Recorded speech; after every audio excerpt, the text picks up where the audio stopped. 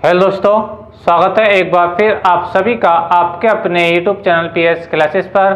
तो दोस्तों, जैसा कि आप लोग जानते हैं कि जो छात्र कक्षा 11 में अलीगढ़ मुस्लिम यूनिवर्सिटी AMU में एडमिशन लेना चाहते हैं या फिर जामिया यूनिवर्सिटी दिल्ली में एडमिशन लेना चाहते हैं, तो हम उन छात्रों के एंट्रेंस एग्जाम की तैयारी के लिए द कॉन्सेप्टम वाली बुक का सोल्यूशन करा रहे हैं। ठीक है, और जिसमें हमने पहले जो टॉपिक लिया है, पहला जो हम पढ़ रहे हैं, हम मैथमेटिक्स वाला पोर्शन पढ़ रहा था, हम गणित को पढ़ रहे हैं। ठीक है, तो इससे पिछले वीडियो लेक्चर तक स्टूडेंट हमने इस बुक के 2 लेसन कवर कर लिए थे मैथमेटिक्स से। पहला था आपका संख्या पद्धति और दूसरा था बहुपद। ठीक है, तो आज के इस वीडियो लेक्चर में हम शुरू करेंगे इसका तीसरा लेसन, जिसका नाम है 2 चर वाले रैखिक समीकरण। 2 चर वाले रैखिक समीकरण युग्म।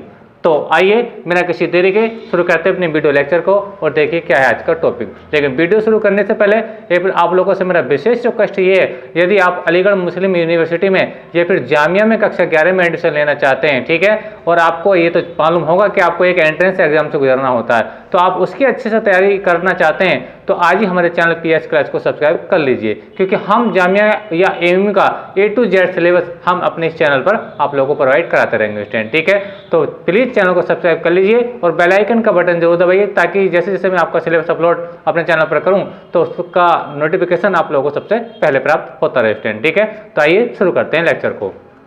तो देखिए स्टूडेंट, यूनिट नंबर 3 अर्थात इकाई नंबर 3 है 2 चर वाले रैखिक समीकरण युग्म। ठीक है, ये लेसन का नाम है। ठीक है, अभी मैं एक्सरसाइज में नहीं जा रहा हूँ, पहले इस लेसन का जो बेसिक है पहले उसको समझाऊंगा। इसको जब अच्छे से आप समझ जाएंगे स्टूडेंट, तो एक्सरसाइज में आपको सवालों को सोल्व करने में कहीं प्रॉब्लम नहीं आएगी। ठीक है, तो इस बात को आप मानते होंगे कि मैथमेटिक्स के अंदर जिस टॉपिक को आप पढ़ने जा रहे हैं उसका पहले आपको बेसिक 100% क्लियर होना चाहिए, आप उसको एक्सरसाइज को अच्छे से सोल्व करना चाहते हैं तो। ठीक है, तो आइए पहले बेसिस को डिस्कस करते हैं, फिर हम इसके क्वेश्चन को लगाएंगे एक्सरसाइज से। ठीक है स्टूडेंट, तो देखिए बात करने वाले हम 2 चर वाले रैखिक समीकरण युग्म। ठीक है, देखिए स्टूडेंट, 2 चर वाले यानी कहने का मतलब ये नाम से ही क्लियर हो रहा है लेसन के, हम ऐसे समीकरण को पढ़ने जा रहे हैं जिसके अंदर 2 चर आएंगे। कितने चर आएंगे? 2 चर आएंगे। अब इन्हें क्या रैखिक का मतलब है यानी 2 समीकरण जो हम पढ़ेंगे जिसमें जो चर आएंगे 2, ठीक है, उनकी जो पावर होगी वो कितनी होगी? 1 होगी। जैसे कि आप लोगों ने मेरे पिछले लेसन को जब मैंने पढ़ाया बहुपद वाला चैप्टर, तो एक होता है रैखिक बहुपद। तो रैखिक बहुपद बेटा ऐसे बहुपद होते हैं जिनमें चर की घात क्या होती है? 1 होती है। आपको समझ में आ रहा है? रैखिक बहुपद ऐसे बहुपद होते हैं जिनमें चर की घात क्या होती है? 1 होती है। और आज हम पढ़ रहे हैं रैखिक समीकरण, तो आज हम ऐसे रैखिक समीकरण ऐसे समीकरणों को पढ़ेंगे, ठीक है, जिनमें जो चर होगा चर की घात हमेशा और हमेशा क्या होगी? 1 होगी। ठीक है, और समीकरण के अंदर चर जो यूज होंगे वो कितने यूज होंगे? 2 चर यूज होंगे। क्या ना? 2 चर वाले, यानी एक ऐसी समीकरण जिसके अंदर 2 चर यूज हो और समीकरण के अंदर जो चर आया है उसकी पावर क्या हो? 1 हो। ठीक है, तो चलिए आइए मैं दिखाता हूं 2 चर वाले रैखिक समीकरण का व्यापक रूप क्या होता है स्टूडेंट। ठीक है, चलिए देखिए मैं लिखाता हूं। देखिए ये 2 चर वाले रैखिक समीकरण, रैखिक का मीनिंग स्टूडेंट मैं अभी बता चुका हूं कि ऐसे समीकरण जो चर के अंदर की जो पावर है उसकी क्या होनी चाहिए? 1 होनी चाहिए, है ना। 2 चर वाले रैखिक समीकरण का व्यापक रूप, व्यापक रूप क्या होता है? देखिए मैं बता रहा हूं। देखिए ax plus by plus c बराबर 0। ठीक है, एक बात देखिए, इसके अंदर a b c जो है बेटा क्या है? वास्तविक संख्या है। क्या है? वास्तविक संख्या है। ठीक है, और x और जो x और y ये क्या है? चर राशियां हैं। यानी कहने का मतलब मेरा ये है, मैं अगर बात करता हूं तो इसके अंदर तो a, b तथा c। ठीक है स्टूडेंट, क्या है ये सब? ये r मतलब रियल नंबर वास्तविक संख्या है। और अगर हम बात करते हैं x, y की, तो x और y क्या है? ये तो क्या? 2 चर राशियां हैं। क्या बेटा? ये चर राशियां हैं स्टूडेंट। ठीक है, अब यहां से समझे मेरी बात को। देखिए मैंने लिखा 2 चर वाले रैखिक समीकरण। 2 चर आए कौन कौन से? x और y। अच्छा, अब इसके अंदर जो a b c है, a b एंड c, ये सब क्या है? वास्तविक संख्या है। क्या बेटा? ये वास्तविक संख्या है। देखिए इसका मैं एक एग्जाम्पल देकर समझाता हूं, तब आपको पता चलेगा a b c का मान कैसे देखे जाएंगे स्टूडेंट। देखिए एक एग्जाम्पल के माध्यम से समझाता हूं। मान लीजिए 2x प्लस के 3y प्लस के 9 इक्वल 0। ठीक है स्टूडेंट, देखिए जहां 2 3 9 क्या है? वास्तविक संख्या है, और जबकि x और y क्या है? चर राशियां हैं। तो ये क्या है? एक दो चर में एक रैखिक समीकरण है, दो चर में एक रैखिक समीकरण है। रैखिक समीकरण क्यों है? देखिए बात तो देखिए, यहाँ पे जो चर आ रहा है ये x, तो इसकी पावर कितनी बेटा 1, यहाँ पे जो y आ रहा है इसकी पावर कितनी है 1, यही तो मैंने बताया। यानी रैखिक समीकरण ऐसे समीकरण होते हैं, ठीक है, जिनमें चर की घात क्या होती है बेटा 1 होती है, चर की घात क्या होती है 1, ठीक है। तो एक घात को मैंने लिखा नहीं जाता है, जैसे क्या ax या 1 लिखेंगे नहीं, अब पावर आपकी 1 से ज्यादा और 2 3 तो उसको हमें 100 करना पड़ता है फ्रेंड, ठीक है। तो यानी एक पावर को 100 नहीं किया गया है। उम्मीद है कि आपको मेरी बात समझ में आ रही होगी। तो इसको बोलेंगे हम दो चर वाला रैखिक समीकरण, ठीक है। अब लेकिन हमने पढ़ा युग्म, यानी कि हमें पढ़ना है क्या युग्म, यानी हमें ऐसे समीकरण पढ़ लें वो समीकरण तो दो चर में हो लेकिन उनका युग्म का मतलब था जोड़ा, युग्म का मतलब होता है पेयर, यानी हमें दो चर में रैखिक समीकरण युग्म को पढ़ना था, दो समीकरणों को पढ़ना है, ठीक है। हम दो समीकरणों को पढ़ेंगे, उन्हें किस प्रकार सोल्व किया जाएगा उनके बारे में आइए मैं डिटेल से बताता हूँ स्टूडेंट, ठीक है। चलिए तो मैं लिख रहा हूं, देखिए दो चर में रैखिक समीकरण युग्म का व्यापक रूप क्या होगा। देखिए दो चर वाले रैखिक समीकरणों का, क्योंकि मैं पेयर बता रहा हूं तो मैं बहुवचन कह रहा हूं ना, समीकरणों का व्यापक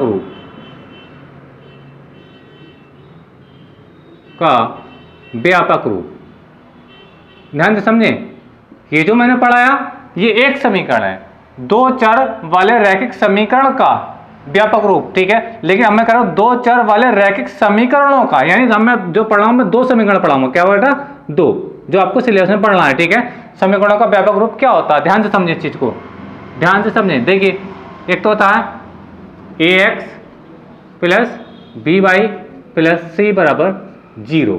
तो आप सोचते हैं स्टैंड की ये चीज तो वही थी जो लिखा दिया, ठीक है। अब देखिए एक चीज और समझें, एक समीकरण तो ये हुआ, दूसरा देखिए ax plus by plus c बराबर 0। अब आप सोच रहे हैं ये भी वही चीज है, ठीक है, लेकिन इनमें अंतर क्या होता, अंतर देखिए समझे मेरी बात को, इनमें क्या अंतर है। देखिए यहाँ पे लगाइए 1 यानी पहले समीकरण में क्या लिखते हैं 1, तो ये जगह a1x plus b1y plus c1 क्या है 0, ठीक है। अच्छा यहाँ पे देखिए यहाँ लगाइए 2 a2x प्लस b2y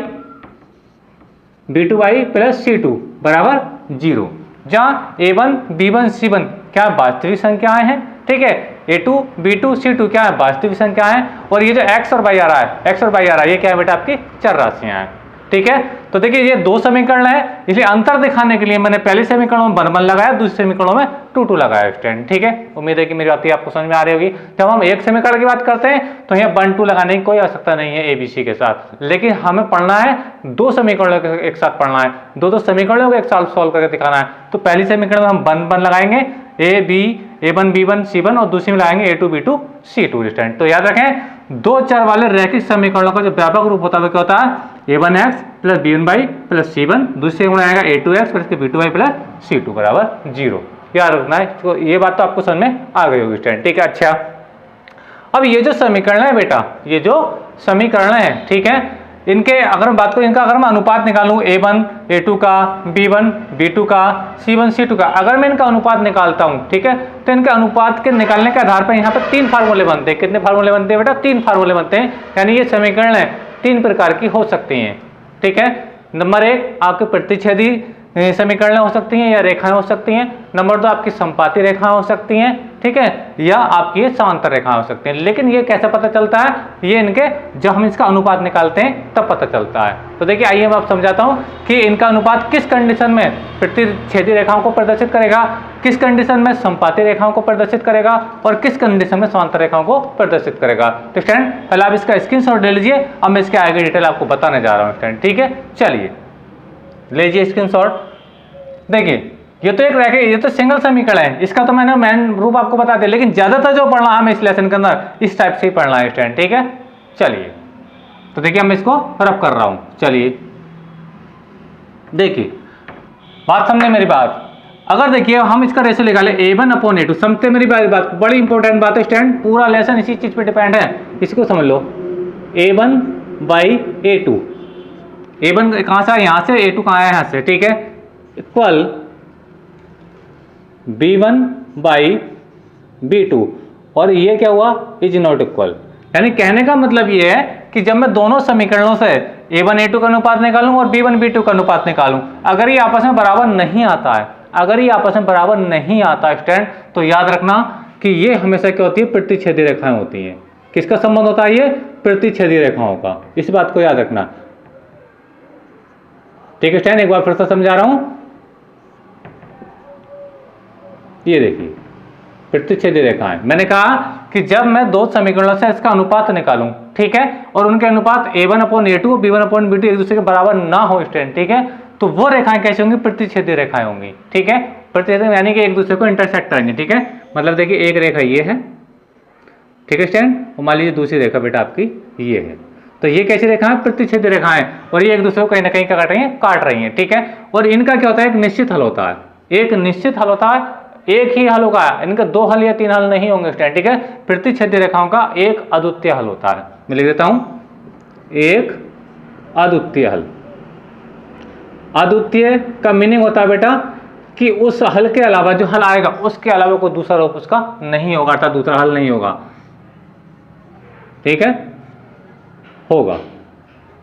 ठीक है, इस बात को समझें एक बार कि अगर मैं दो समीकरण लेता हूं और मैं A1/A2 B1/B2 का अनुपात निकालता हूं और वो अलग अलग आता है, तो वो रेखाएं कैसी होंगी? प्रतिच्छेदी रेखाएं होंगी, यानी वो इस टाइप की रेखाएं होंगी स्टूडेंट। ठीक है, जहां बात करते हैं, जहां अब बात करता हूं कि हल के लिए, ठीक है, जब भी प्रतिच्छेदी रेखाएं होंगी तो इनका एक अद्वितीय हल होगा, अर्थात इनका एक ही हल होगा। याद रखना, प्रतिच्छेदी रेखाओं का केवल और केवल एक ही अद्वितीय हल होता है, एक से ज्यादा हल नहीं होता है। ठीक है, और एक बात और बता चलूं कि प्रतिच्छेदी रेखाएं क्या होती हैं? संगत और अविरोधी होती हैं। संगत और अविरोधी, इसको याद रखना। ये दो पॉइंट बता रहा हूं, एक तो ये, दूसरा पॉइंट बता रहा हूं कि ये जो रेखा होती है संगत होती हैं और क्या होती हैं? अविरोधी होती हैं। अविरोधी, ठीक है, जब हम एक्सरसाइज में पढ़ेंगे तो ये चीज आपको पता चलेगी। इस चीज को समझे स्टूडेंट। देखो एक बार फिर से बता रहा हूं कि मैंने दो समीकरण ली, ठीक है, दो समीकरण लेने के बाद जब मैंने इनका रेशियो निकाला A1/A2 B1/B2, अगर ये बराबर नहीं आते हैं, ठीक है, तो हमें C1 की जरूरत तो पड़ती नहीं निकालने। जब ये वैल्यू दोनों बराबर नहीं आएंगे स्टूडेंट, ठीक है, तो ये रेखाएं क्या होंगी? प्रतिच्छेदी रेखाएं होंगी, और इनका जो मैंने प्रतिच्छेद एक दूसरे को काटेंगी, और जब ये एक दूसरे को काटेंगे स्टूडेंट, ठीक है, तो याद रखना प्रतिच्छेदी रेखाओं का क्या होता है? एक हल होता है, एक अद्वितीय हल होता है, यानी एक से ज्यादा हल नहीं होते हैं। ठीक है, और इसके लिए और भी इंपॉर्टेंट बात क्या रखनी है प्रतिच्छेदी रेखाओं के लिए कि प्रतिच्छेदी रेखाएं क्या होती है? संगत और अविरोधी होती हैं। ठीक है स्टूडेंट, अच्छा ये बात आपको समझ में आ चुकी होगी स्टूडेंट। ठीक है, अच्छा बात करते हैं हम, ये रेखाएं संपाती कब हो सकती हैं? संपाती कब हो सकती हैं? वो रेखाएं होती कैसी हैं? उनके लिए हल कितने होते हैं? वो असंगत होती हैं या असंगत होती हैं, इसके बारे में बात करता हूँ। ठीक है, तो इस बात का याद रखना। देखिए अब मैं इसको थोड़ा नीचे को रफ कर रहा हूँ स्टूडेंट, तो उम्मीद है कि अब बात आपको समझ में आई होगी। यहाँ तक मैंने केवल इतना समझाया कि दोनों समीकरणों से, ठीक है, अगर मैं A1/A2 के, चलिए मैं एक एग्जाम्पल देकर समझा रहा हूँ। मान लीजिए मेरे पास समीकरण एक ही है, मान लीजिए 9x प्लस के 6y प्लस के 5, ठीक है। दूसरी समीकरण मान लीजिए मेरे पास 0 ये 3x माइनस के 5y प्लस के 9 बराबर 0, ठीक है। अब देखिए मैं इसका रेशो निकालूं तो ये वाला A1 है, ठीक है, ये B1 है और ये क्या आपका C1 है, यानी A1 है, ये B1 है और ये क्या आपका C1 है, ठीक है। अच्छा इसमें देखिए ये A2 है दूसरे समीकरण में, ये क्या आपका B2 है और ये क्या आपका C2 है स्टूडेंट, ठीक है। अब देखिए अनुपात निकालो, अनुपात निकालूंगा तो ये जगह 9/3 A1/A2 करोगे ना, ये A1 का मान है, ये A2 का मान है, बराबर निकालो, ये कितना 6 और ये कितना है -5, यानी ये 6 है और ये क्या है -5 है। तो देखिए स्टूडेंट आप देख रहे हो कि इस चीज़ को देखो ध्यान से कि ये तो अलग अलग आ रहा है, यानी अलग अलग आ रहा है, तो यानी ये वाली बात हो गई, यानी बराबर एक जैसा नहीं आ रहा ना, ये अलग अलग आ रहा है।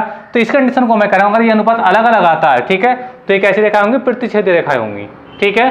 प्रतिच्छेद रेखाएं इस टाइप की होंगी और प्रतिच्छेद रेखाओं का एक हल होगा, केवल एक ही हल होता है, ठीक है। और प्रतिच्छेद रेखाएं असंगत और अविरोधी होती है, इतना हमें याद रखना है, ठीक है। उम्मीद करता हूं कि आपको ये मैंने एक एग्जांपल देकर के यहाँ पे समझाने का प्रयास किया था। एक रेखा ये ली थी, दूसरी रेखा ये ली थी, जब मैंने इनके अनुपात निकाल के देखे A1 और B1 के और A1/A2 के और B1/B2 के, तो एक दूसरे के इक्वल नहीं आए, और ये जब नहीं आए तो इसका मतलब है कि रेखाएं ये दोनों कैसी होंगी? प्रतिच्छेदी रेखाएं होंगी और इनका केवल एक ही हल होगा, ठीक है। चलिए अब बात करते हैं दूसरे प्रकार की रेखाओं को। चलिए इसको मैं अब रब कर रहा हूँ स्टूडेंट, देखिए ध्यान से समझे, बहुत इंपॉर्टेंट बात है बेटा, ये उम्मीद कर रहा हूँ कि आपको एग्जाम्पल के माध्यम से समझ में आ गया होगा। तो ये तो थी इसकी पहली बात, ठीक है। दूसरी बात क्या है इसके अंदर स्टूडेंट, अगर A1/A2 बराबर B1/B2 बराबर C1/C2, कहने का मतलब मेरा ये स्टूडेंट कि कि अगर तीनों का अनुपात a1/a2, b1/b2, c1/c2 का अनुपात अगर बिल्कुल बराबर आएगा, ठीक है, तीनों मान बराबर आएंगे, तो वो रेखाएं हमेशा क्या कहलाती हैं, याद रखना, संगत रेखाएं कहलाती हैं बेटा। क्या कहलाती हैं? संगत रेखाएं। संगत रेखाएं कहलाती हैं स्टूडेंट, ठीक है। एक बार फिर से बता रहा हूं, जब दो समीकरणों से मैं अनुपात निकालूं a1a2, b1b2, c1c2 और वो एक जैसा आ रहा है, बिल्कुल तीनों का मान सेम सेम आ रहे हैं स्टूडेंट, ठीक है। या मान लीजिए कि ये भी 4/5, ये भी 4/5 और ये भी 4/5, किसी समीकरण से मैं बता रहा हूं, अगर तीनों में सेम आएगा तो रेखाएं क्या होती? संगत रेखाएं होंगी। संगत रेखाएं, सॉरी संगत नहीं, संपाती रेखाएं, माफ कीजिएगा, संपाती रेखाएं कैसी होंगी बेटा? संपाती। अभी मैंने गलती से संगत बोल दिया, लेकिन ये बात तो पक्का है कि जो संगत है, संगत जो संपाती रेखा वो संगत भी होती हैं, ठीक है। तो फिलहाल यहाँ पे याद रख रहे हैं कि जिसमें a1/a2, b1/b2, c1/c2 तीनों के मान बराबर आएंगे तो वो रेखाएं कहलाती हैं आपकी संपाती रेखाएं। कैसी रेखाएं बेटा? संपाती रेखाएं, ठीक है। और अभी मैंने गलती से क्या लिख दिया था? संगत रेखाएं। तो याद रखना, क्वेश्चन में भी कोई गलती नहीं थी, संपाती रेखाएं संगत ही रेखाएं होती हैं। अभी आपको देखो समझाने ही वाला हूं इस चीज को, ठीक है। तो याद रखना, जब ये तीनों अनुपात बराबर आएंगे तो कैसी रेखाएं होंगी? वो संपाती रेखाएं होंगी। ये रेखाएं कैसे लगेंगी देखने में? देखिए मैं आपको समझाने का प्रयास कर रहा हूँ। मान लीजिए एक रेखा ये आपके पास, एक रेखा ये है, ठीक है। अब जस्ट दूसरी रेखा जो आएगी वो इसी के ऊपर आएगी, दूसरी रेखा जस्ट इसी के ऊपर होगी, वो इस टाइप से स्टूडेंट, ठीक है, ध्यान से समझें। ये तो ये रेखाएं जो होती हैं ये आपकी कहलाती हैं संपाती रेखाएं, यानी ये कहलाती हैं आपकी संपाती रेखाएं कहलाती हैं। लेकिन ये हमें कब पता चलेगा रेखाएं संपाती हैं कि समांतर हैं या प्रतिच्छेदी हैं? जब हम इनका अनुपात निकालेंगे, जब इनका अनुपात निकालेंगे। अनुपात जब निकालेंगे तीनों का सेम आएगा तो ये रेखाएं कैसी होंगी? संपाती होंगी। अगर अनुपात a1a2 का a1/a2, b1/b2 अलग अलग आ गया तो वो प्रतिच्छेदी रेखाएं होंगी, ठीक है। उम्मीद है कि आपको समझ में आ गई होगी। तो ये रेखाएं कौन सी है बेटा? संपाती रेखाएं क्या होती हैं? एक लाइन के ऊपर ही दूसरी लाइन, ठीक है। अच्छा, अब बात करते हैं कि प्रतिच्छेदी रेखाओं में तो एक हल होगा, तो इसमें कितने हल होंगे, ठीक है। तो याद रखना, संपाती रेखाओं के अनेक हल होते हैं। कितने हल होते हैं बेटा? अनेक हल, यानी बहुत सारे हल, अनेक हल होते हैं स्टूडेंट, ठीक है। ये किसके लिए बात है? पहली बात तो ये इंपॉर्टेंट है इसके लिए, यानी संपाती रेखाओं के क्या होंगे? अनेक हल होंगे। जबकि याद रखना, प्रतिच्छेदी रेखाओं में मैंने क्या पढ़ा है? प्रतिच्छेदी रेखाओं में पढ़ा कि एक हल होगा, एक अद्वितीय हल होगा, और इसमें क्या पढ़ा? अनेक हल होंगे, अपरिमित रूप से अनेक हल होंगे। ये भी लिखा आ सकता है, कभी आप जब एक्सरसाइज में जाएंगे तो आप कभी लिखा आएगा अनेक हल होंगे, कभी लिखा आएगा अपरिमित रूप से अनेक हल होंगे, तब भी इसका मीनिंग एक ही होगा स्टूडेंट, ठीक है। अच्छा, दूसरी बात इसके अंदर क्या इंपॉर्टेंट है याद रखने की, क्योंकि 2 पॉइंट इसके लिए मैंने बताए थे, 2 पॉइंट इनके लिए बता रहा हूं। तो एक तो बता दिया अपरिमित रूप से अनेक हल होंगे, ठीक है। अच्छा, दूसरी बात इसके अंदर याद रखिए कि जो आपकी संपाती रेखाएं होती हैं वो भी संगत और अविरोधी होती हैं, वो भी संगत और अविरोधी होती हैं। तो इसका याद रखना, संगत और अविरोधी। कई ऑप्शन आपको, कई क्वेश्चन इस टाइप के मिलेंगे स्टूडेंट, ठीक है। तो इस बड़ी बात इसको याद रखना कि जो संपाती रेखाएं होती हैं इसके अनेक हल होते हैं, अपरिमित रूप से अनेक हल होते हैं, और ये भी रेखाएं कैसी होती हैं? संगत और अविरोधी होती हैं, ठीक है। तो अब बात करते हैं हम तीसरी प्रकार की रेखाओं की। रेखा 3 ही प्रकार की पढ़ ली हमें इस लेसन के अंदर। ये जो लेसन आपका लिखा 2 चर वाले रेखा समीकरण, हमें 3 प्रकार की रेखाएं पढ़नी है, ठीक है।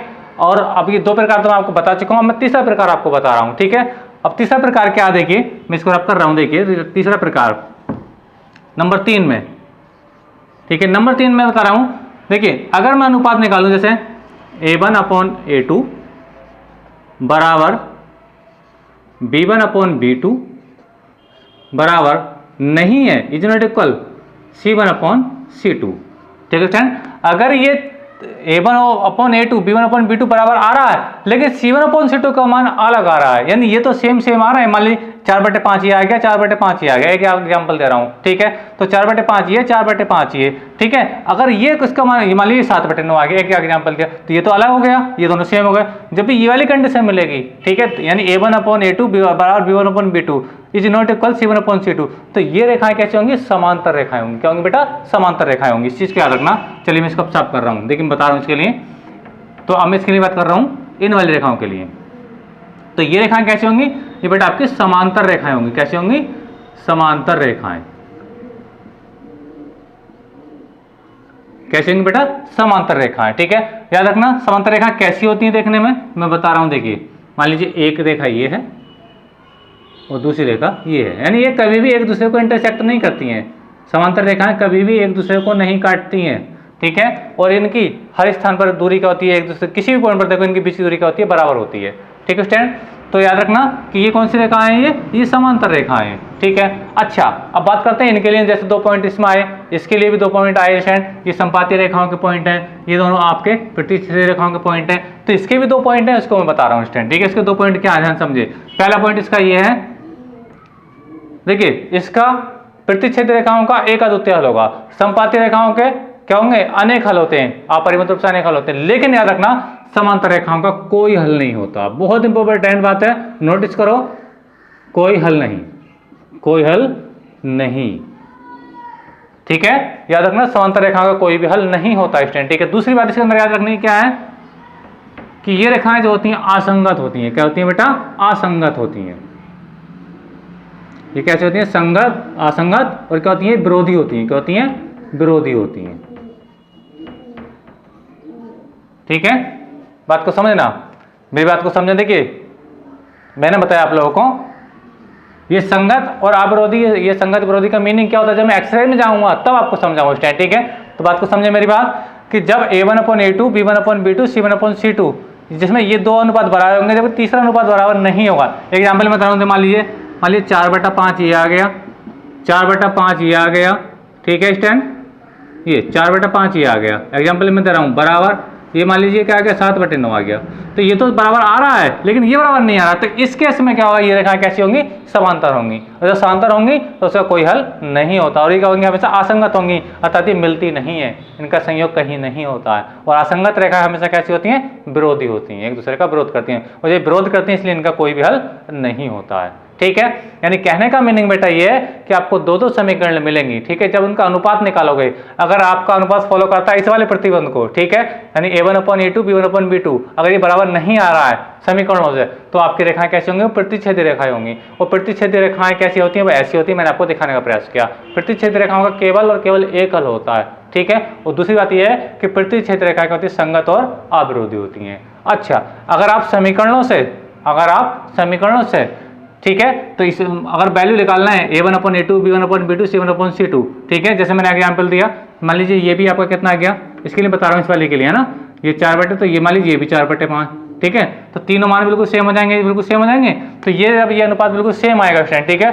तो ये रेखाएं होंगी आपकी संपाती रेखाएं होंगी। कैसे होंगी बेटा, संपाती रेखाएं होंगी। और ये कैसे होती है, एक रेखा के ऊपर ही दूसरी रेखा होती है, ठीक है। संपाती रेखाओं के लिए इंपॉर्टेंट बेटा बात यह है कि जैसे हमने इनमें देखा प्रतिच्छेदी रेखाओं का एक अद्वितीय हल होता है, तो इनके क्या होता है, अनेक हल होते हैं, इनके यानी बहुत सारे हल होते हैं, ठीक है। दूसरी बात इंपॉर्टेंट क्या है कि जो आपकी संपाती रेखाएं होती हैं संगत और अविरोधी होती हैं, यानी दोनों रेखाओं में, प्रतिच्छेदी में और संपाती में, ये वाली बात दोनों में कॉमन है। इसको नोटिस कर लेना, काफी सारे क्वेश्चन इस टाइप पे आपको एक्सरसाइज में पढ़ाऊंगा स्टूडेंट, ठीक है। अच्छा, बात करते हैं कि अगर ये A1/A2, B1/B2, अगर C1/C2, ठीक है, समीकरणों में, ठीक है, अगर इन दोनों का अनुपात बराबर आ रहा है, तीसरा अनुपात बराबर नहीं आ रहा है स्टूडेंट, ठीक है, जैसे कि अभी मैंने लिखा था ये 7/9, तो ये तो इसके बराबर नहीं आ रहा है, ठीक है। तो इस केस में क्या होगा, ये रेखाएं कैसी होंगी, समांतर होंगी। समांतर रेखाएं इस प्रकार की होती हैं। इनके लिए 2 इंपॉर्टेंट बात क्या है, इनका कोई हल नहीं होता है, जबकि असंगत जो समांतर रेखाएं वो कैसे, असंगत और विरोधी होती हैं, ठीक है। उम्मीद है कि यहाँ तक की बात आपको मेरी समझ में आई होगी, ठीक है। और ये A1/A2 के जो अनुपात है वो इन्हीं समीकरणों से मिलेंगे जो मैंने अभी आपको व्यापक रूप बताया था। कैसे, A1x प्लस के B1y प्लस C1 बराबर 0, ठीक है। एक होता है, दूसरा क्या होता है आपका A2x plus B2y plus C2 बराबर 0, ठीक है। यानी आपको 2 समीकरण मिलेंगे। अगर इसमें जो हम अनुपात निकालेंगे इनका A1, B1, C1 का, तो इन्हीं से हमें पता चल जाएगा कि वो प्रतिच्छेदी हैं, कि समांतर हैं, क्या संपाती हैं, ठीक है। अगर ये अनुपात बराबर नहीं आएगा तो रेखा प्रतिच्छेदी होंगी, अनुपात तीनों का बराबर होगा तो वो संपाती होंगी, ठीक है। और अनुपात बराबर, इन 2 का अनुपात बराबर, तीसरे का अनुपात बराबर नहीं है तो वो समांतर होंगे, ठीक है। और इनके लिए इंपॉर्टेंट बातें क्या हैं कि प्रतिच्छेदी रेखाओं का एक अद्वितीय हल होता है, और वो कैसी होती हैं, संगत और अविरोधी होती हैं। संपाती रेखाओं के लिए अनेक हल होते हैं, मतलब बहुत सारे हल होते हैं, और इनका क्या होता है, असंगत अविरोधी होती है। ये तो दोनों में भी बात कॉमन आ रही है, लेकिन समांतर के लिए क्या होता है, कोई हल नहीं होता है, और वो असंगत और क्या होती हैं, विरोधी होती हैं। तो उम्मीद कर रहा हूँ स्टूडेंट यहाँ तक की बात आप लोगों को समझ में आई होगी स्टूडेंट, ठीक है। अच्छा, बात करते हैं कि अब समीकरणों को, ये तो हमने देखा कि हमने इनके अनुपात निकालने पर बताएंगे कि रेखाएं कैसी हैं, उसके कितने हल होंगे, लेकिन बताता चलूं कि इस प्रकार की रेखाओं को हल करने की 3 विधियां हैं। कितनी विधियां बेटा, 3 विधियां। देखिए मैं आपको बारी बारी से बता रहा हूं। देखिए पहली विधि जो इसको हल करने की है बेटा, रैखिक समीकरणों को जो हल करने की विधियां हैं, ठीक है, ये इंपॉर्टेंट बात है, अलग याद से रखना। नंबर एक, जो पहले हम विधि पढ़ेंगे, पहले हम पढ़ेंगे बेटा प्रतिस्थापन विधि। क्या पढ़ेंगे हम? समीकरणों को हल करेंगे प्रति यानी सब्स्टिट्यूशन मेथड, प्रतिस्थापन विधि, ठीक है। यानी जब हम समीकरणों को सॉल्व करेंगे, ठीक है, तो इसको सॉल्व करने की जो पहली एक विधि लगाएंगे हम लगाएंगे प्रतिस्थापन विधि। दूसरी विधि हम पढ़ेंगे बेटा, ये अलग का पोर्शन है, बहुत चीज तो अलग हो गई अपनी, ठीक है। अब हम समीकरणों को हल करेंगे तब के लिए मैं बता रहे एक्स और वाई के मान निकालेंगे।